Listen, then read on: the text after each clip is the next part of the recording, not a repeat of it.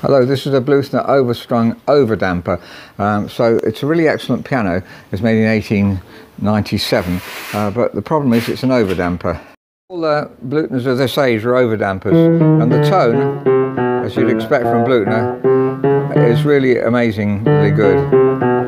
It's very fine tone. Even the breakpoint there, which I'm trying to illustrate, is excellent. But the overdamper system, which you'll have seen on other videos, means that it doesn't cut off well. It's not so bad here, but the dampers tend to touch each other as well, causing bad damping around the bottom bass. But as you go further up, it just sounds echoey, and the further up you get, the more, and right up there, it's just the dampers are too near the top of the string. And here you can see that the hammer is just almost touching the damper. The damper's hardly damping, so really then nothing like underdampers. Here's a Bechstein underdamper, and you see the action. It's just like a modern piano, totally different from the overdamper. The dampers are underneath the hammers. In actual fact, this is a wonderful piano, but I would say that tone-wise the Bluthner is slightly better, but there's a problem with the damping. And here you see very good damping, no problem with the damping there, because underneath the hammers. Back to the Bluthner, hear the difference.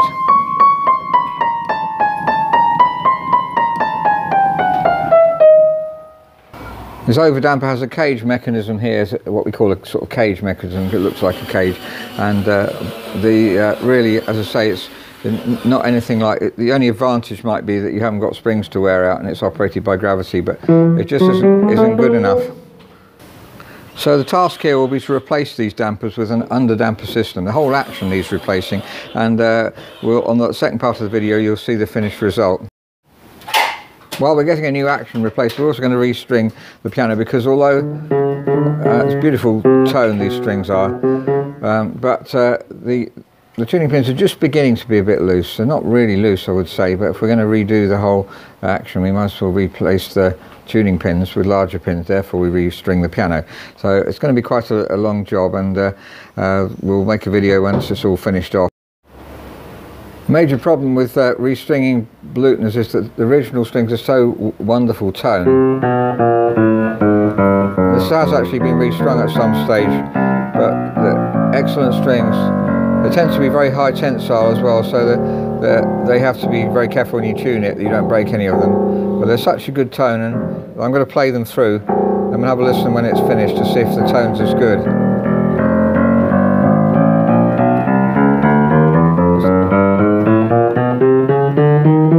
Listen to that break point.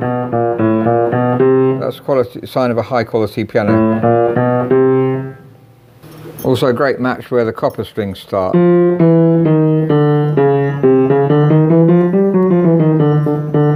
There's a good reason why Bluthner has such a high reputation for tone. So a good piano maker is to try and get the tone here, sorry, that one, to match the tone here, which is this note. So the end one here. By the way, the bridge was lifting a bit here, so we put a screw inside to just because the sound wasn't carrying, the bridge was lifting. Well, that's just a temporary thing. Once we redo the whole piano, we'll do that more professionally.